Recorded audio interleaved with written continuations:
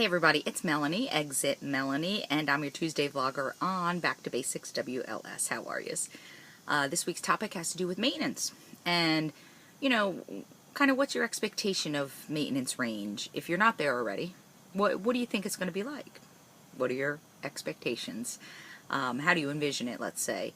And what do you think some of the obstacles would be? Now, if you are already there, what are some of the issues? What are some of the happy points? Tell us about maintenance.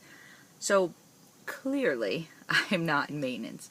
I'm, about 45, 50 pounds to go before I get there, and that's okay. But I do, what are the expectations?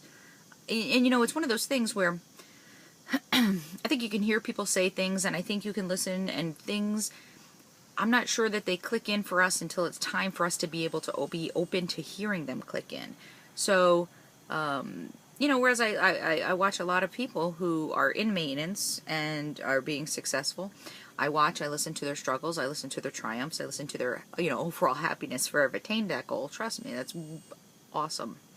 And that's mostly what I'm looking forward to, okay? Is being, I won't say being done, because I don't think we're ever done.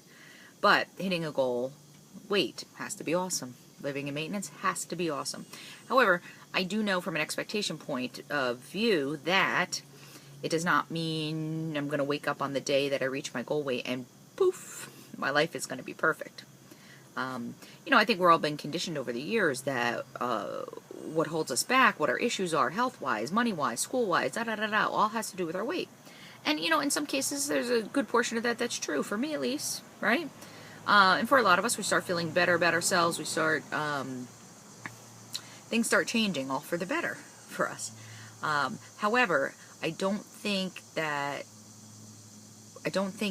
just losing the weight and doing it physically is going to make life better and or perfect by any stretch. I think there's a lot of mental work there. I think there's a lot of mental issues I have to go through. I have to work on, work in progress, go through on my way down the scale, and then continue on into my maintenance range for the rest of my life, because I don't think it's we don't get to our goal weight and then have the ability to just go back to the old way. Although I have to tell you, I do daydream about that sometimes. I tell you, without the consequence of gaining weight would be fab. So anyway, so how do I counteract that? What do I try to do from an expectation level so that maintenance will be a better place for me, a good place for me? Okay, not that I only see it as a good place. But I think, let's follow my role model and friend, Jen, New Life for Jen. Hi, Jen. CNJ, 1971. Who has done fabulous, okay? And all the way down the scale has lifted weights. And there might be other people who have as well, but Jen is who I know her, I love her. I think she's totally the biggest role model, fabulous person.